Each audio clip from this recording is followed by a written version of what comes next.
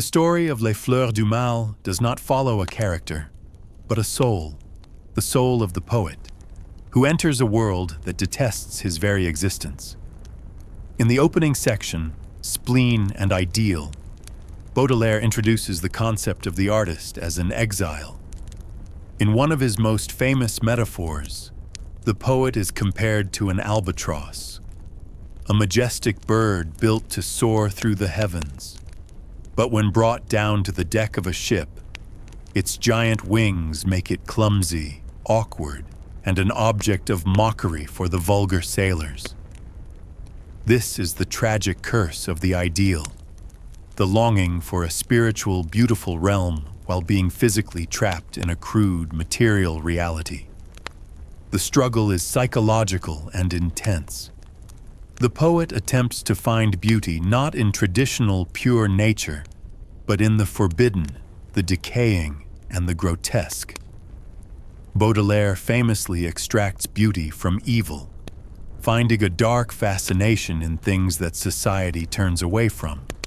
There is a constant, agonizing tug-of-war within the human spirit, a natural elevation toward God, and a simultaneous, heavy descent toward Satan. Every attempt to touch the divine is pulled back down by the gravity of human flaw and temptation. As the initial innocence fades, a terrifying monster is introduced, not a demon from hell, but the ultimate modern disease, ennui, boredom, or spleen. This isn't just simple boredom. It is a paralyzing, cosmic, existential dread that eats away at the human will. It turns everything into ash and makes life feel like a slow, gray execution. The poet realizes that his pure ideals cannot survive the suffocating weight of this internal darkness. The first part concludes with the total defeat of the ideal. The heavens close up, and the world becomes a damp prison cell where hope, like a terrified bat, beats its wings against the walls. The poet is left completely exposed to his own mind, unable to fly and unwilling to walk among common men. To escape this creeping paralysis of the soul, he decides to plunge into the heart of the modern world, looking for a distraction in the loud, chaotic, and decaying streets of the city. Leaving the abstract world of ideals behind, the poet plunges into the dirty, crowded, and hypnotic streets of 19th century Paris. In the cycle Parisian Scenes, the city is not presented as a place of lights, but as a gothic labyrinth of shadows, fog, and human misery. The transformation of the city, driven by rapid modernization, creates a profound sense of alienation. The poet wanders through the crowds like a ghost, completely isolated among thousands of people. He observes the outcasts of society, the elderly, the beggars, the blind, and the prostitutes, seeing his own fragmented soul reflected in their tragic, worn-out faces. The atmosphere is heavy with the yellow, choking fog of the Seine, which creeps through the alleys like a living disease. Night does not bring rest. It brings out the demons of the metropolis. The city becomes a theater of sin and decay, where pleasure and pain are inextricably linked. Baudelaire describes the dawn not as a symbol of hope, but as a cold, cruel awakening for the exhausted workers and the dying in the hospitals. The architecture of Paris feels like a crushing weight, a stone monument to human suffering. Amidst this urban nightmare, the concept of time becomes a terrifying tyrant. The ticking of the clock is a constant, rhythmic reminder of mortality, a voice whispering that every second eats away a piece of life. The poet realizes that the city cannot cure his internal emptiness. It only amplifies it. The external chaos of the streets mirrors the internal chaos of his mind. The spleen has won.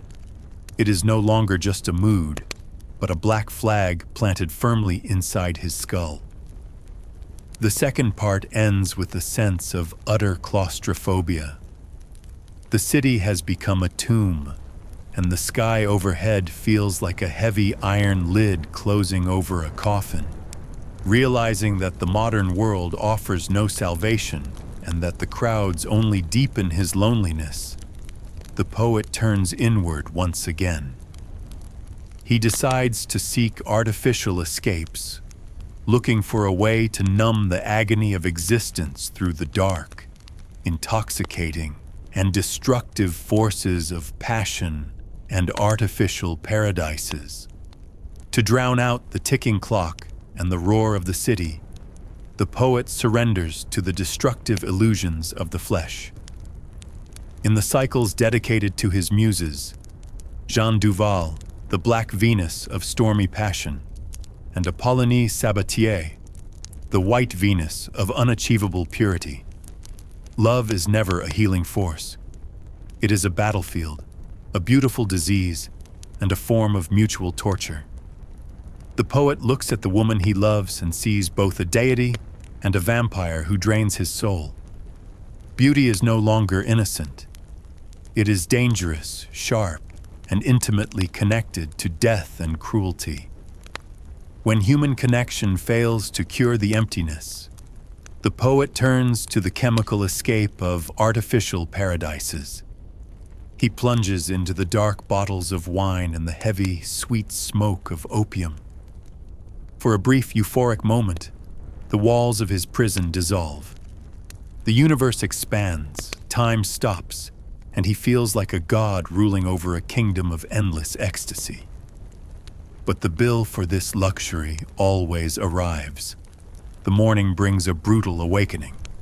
The ecstasy turns into poison, the visions fade, and the spleen returns, heavier and more sadistic than before, mocking his weakness. This act explores the sheer defiance of the human spirit. Realizing that God has turned away from his suffering, the poet commits the ultimate act of rebellion. He turns to Satan.